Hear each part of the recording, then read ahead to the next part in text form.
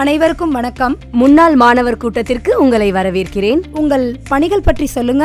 செய்தி வாசிப்பாளர், மொழிபெயர்ப்பாளர், எழுத்தாளர், பேச்சாளர், வழக்கறிஞர், உதவி பேராசிரியர், தட்டச்சு பணியாளர், வானொலி நிகழ்ச்சி தொகுப்பாளர். இத்தனை பணி வாய்ப்புகளை பெறுவதற்கு ஒரே துறையா? தமிழாய்வு துறைக்கு வாங்க, கண்டிப்பா பெறுவீங்க. 1923ஆம் ஆண்டு தமிழாய்வுத்துறை தொடங்கப்பட்டது. 2004ஆம் ஆண்டு முதுகலை தமிழும், 2009ஆம் ஆண்டு ஆய்வியல் நிறைஞர் தமிழும், 2010ஆம் ஆண்டு முனைவர் பட்டமும், 2018ஆம் ஆண்டு இளங்கலை தமிழும் கொண்டு வரப்பட்டது. 17 முனைவர் பட்ட ஆய்வாளர்களை உருவாக்கி 22 முனைவர் பட்டம் பெற்ற பேராசிரியர்களை கொண்டு சிறப்பாக செயலாற்றி வருகின்றது.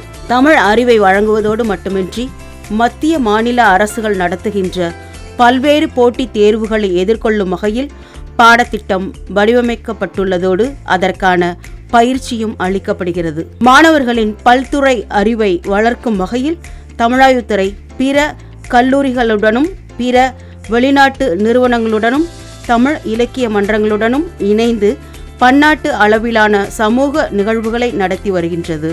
இயல், இசை, நாடகம் வாயிலாக மாணவர்களின் பல்வேறு திறன்களை வெளிக்கொணரும் வகையில் பேச்சு போட்டி, கவிதை போட்டி, நடன போட்டி, நாடக போட்டி, வினாடி வினா, கட்டுரை போட்டி, விளையாட்டு போட்டி என பல்வேறு போட்டிகளை நிகழ்த்தி வருகின்றது. மாணவர்களுக்கு தமிழக பண்பாடுகளை அடையாளப்படுத்தும் நோக்கோடு கட்டடக்கலை, சிற்பக்கலை, தல வரலாறு, தமிழக மாவட்டங்களின் சிறப்புகளை அறியும் வகையில் கல்வி சுற்றுலா அழைத்து செல்லப்படுகிறது.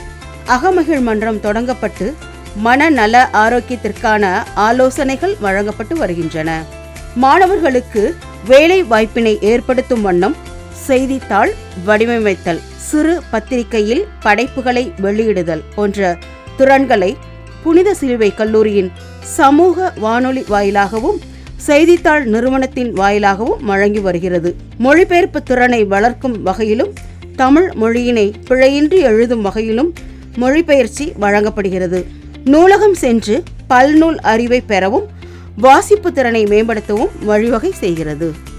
உங்களின் வளர்ச்சி எங்கள் வளர்ச்சி, வாருங்கள் பயணிப்போம்.